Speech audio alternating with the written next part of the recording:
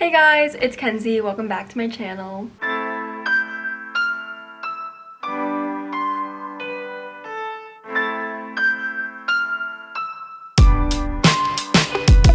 So today I'm going to be reading some of your guys' assumptions about ballet. Also, if you guys haven't followed me on Instagram, you guys definitely should, because I asked you guys on Instagram what people have assumed about you or what your assumptions are about ballet.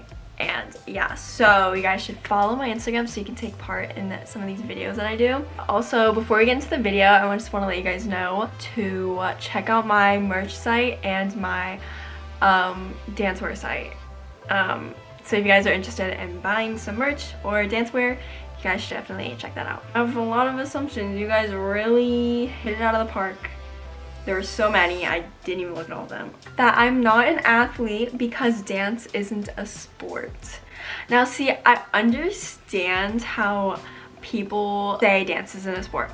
Fine, whatever. I don't really care. I was watching college dance and they treat it just like a sport. Like teams, they call it game days. It's really weird. That's like so interesting, but they're very like competition dancey, like hip-hop, lyrical jazz, like a bunch of turns, things that you kind of don't see in the professional world, except for like people doing music videos. Like they do kind of the things that you'll see like out in LA or something like that. I don't know. So they treat them like athletes, but then when you move to ballet, it's like, no, like what the heck, you're not an athlete, blah, blah, blah, blah. It's a pure like art form, but nowadays it's so physically taxing. It's just like athletes. Put any athlete in ballet, they will tell you that it's really, really hard and physically demanding. So I definitely would call us athletes because it's definitely an athletic art form. Like I don't know, this is such a weird topic, but it's just like,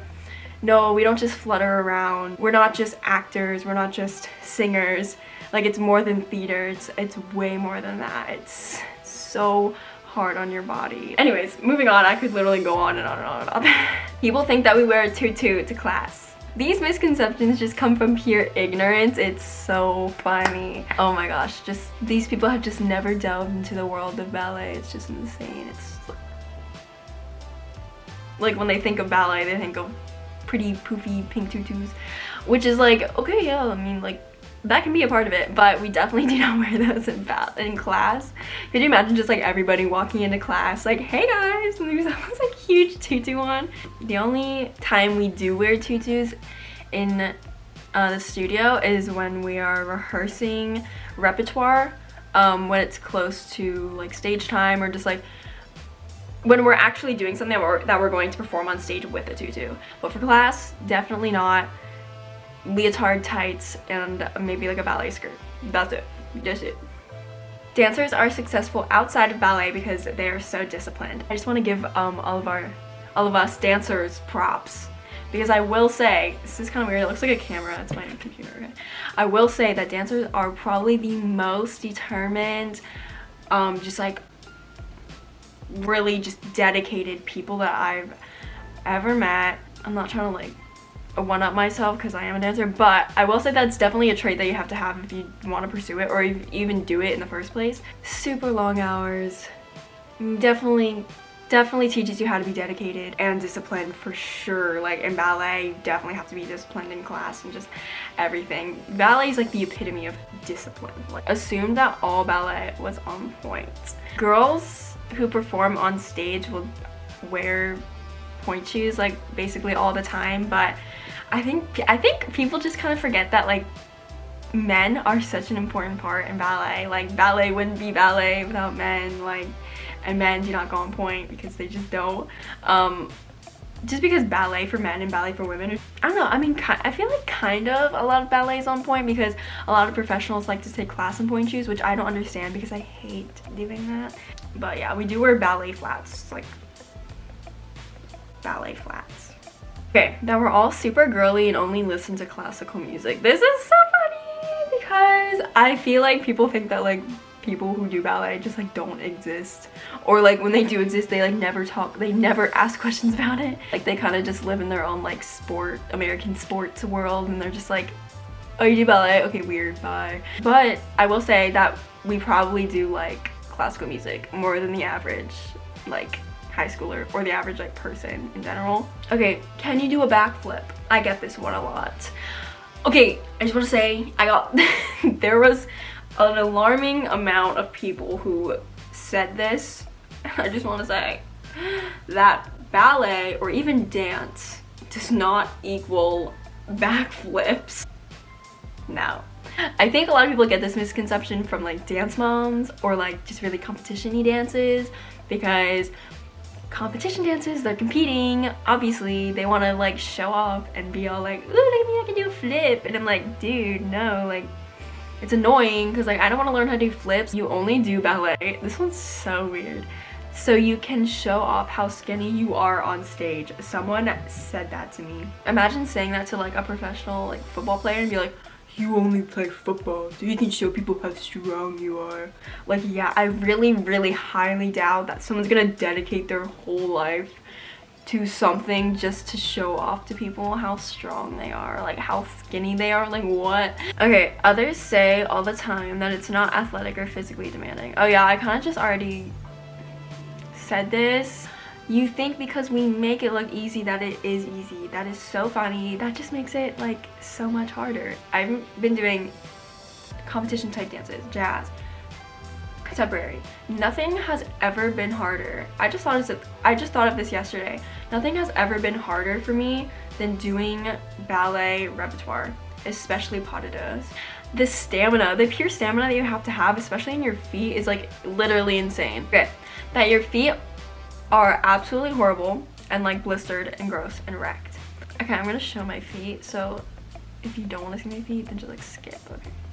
Okay, but like these are my feet. Okay, like I will say they're in very good shape.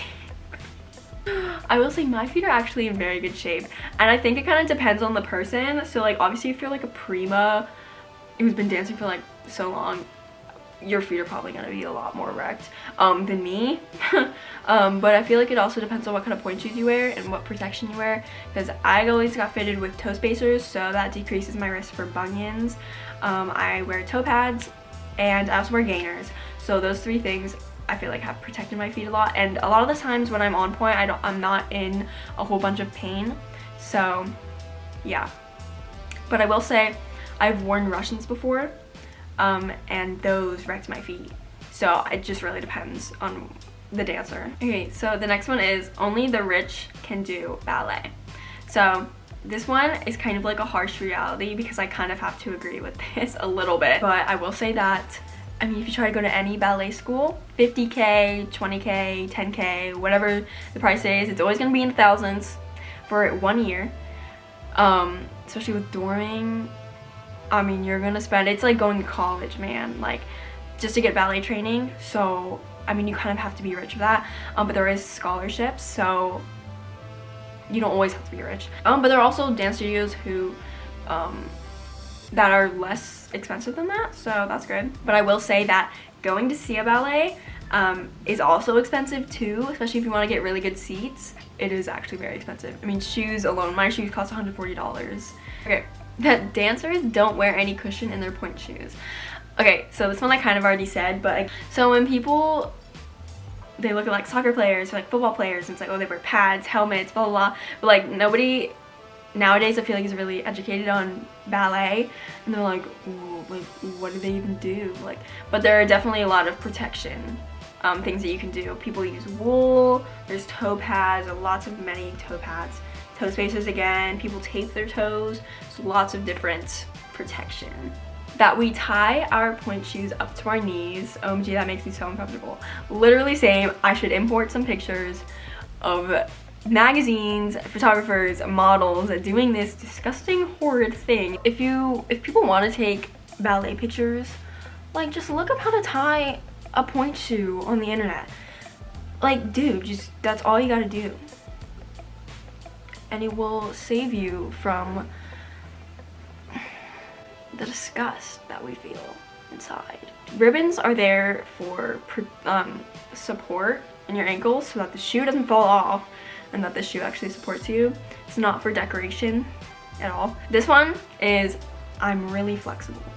So now I will say they kind of got it right, because a lot of dancers are really flexible, but I feel like you can also get away with not being that flexible as a dancer. Like I always say I'm not flexible. I am flexible, but I'm not like super duper uber flexible like people probably think I am. That my toe box is made of stone.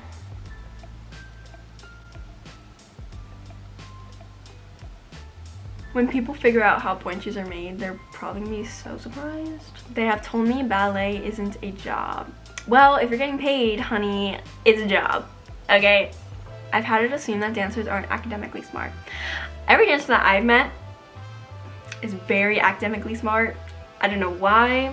I don't know if dance just like exercises your brain, but I just feel like dance really makes you smart for some reason. But those are all the assumptions I'm going to be reading today. If you guys like this video, don't forget to give it a thumbs up and subscribe down below. And yeah, I'll see you guys in the next video. Thank you guys so much. I love you so much. Stay confident.